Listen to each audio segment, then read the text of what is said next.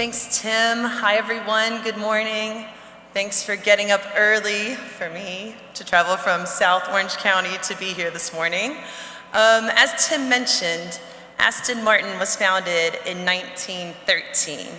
Since then, we've produced the world's most beautiful vehicles. We're a bespoke manufacturer, building vehicles by hand with very low volume. To put that into perspective, 85,000 vehicles in our lifetime. To also put that in perspective, Toyota produces that many vehicles in about 3 days.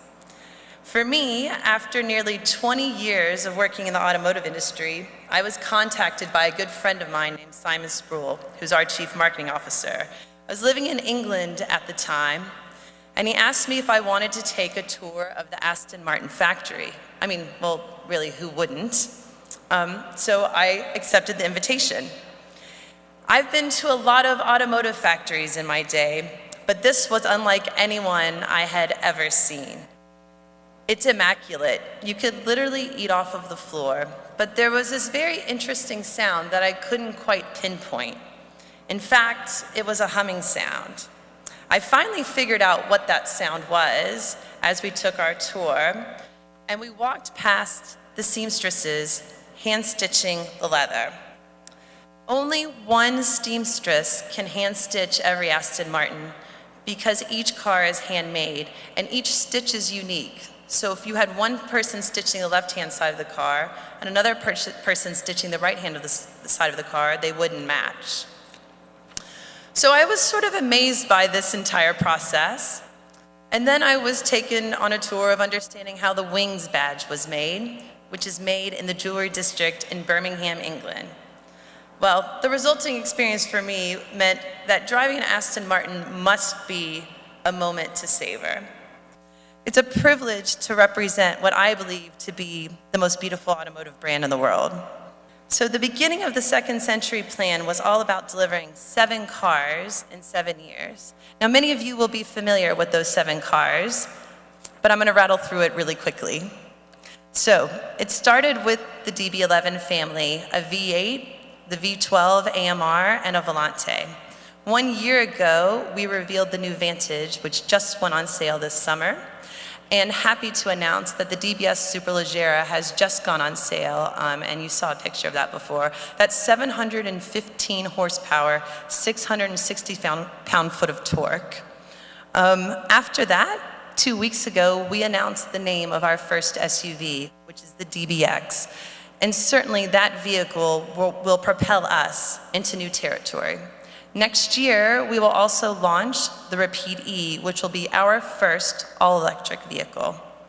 In addition to that, next comes a mid-engine sports car. And now another big one, which is sort of appropriate for why we're standing here today. We will relaunch Lagonda, which will be the world's first zero-emissions luxury brand. It absolutely looks straight to the future. And that's deliberate because the founder is a guy named Wilbur Gunn, and many of you might not know this, but Lagonda is actually named after a river in Ohio. You can check it out on Wikipedia. Since the beginning, Wilbur Gunn had this thought of how could we actually transform travel. And so, as I think the pictures are rotating behind me, you will have seen the Lagonda vision concept, which certainly is about changing what travel looks like. The autonomous Lagonda won't have a hood because it's an all-electric power plant and it doesn't require one.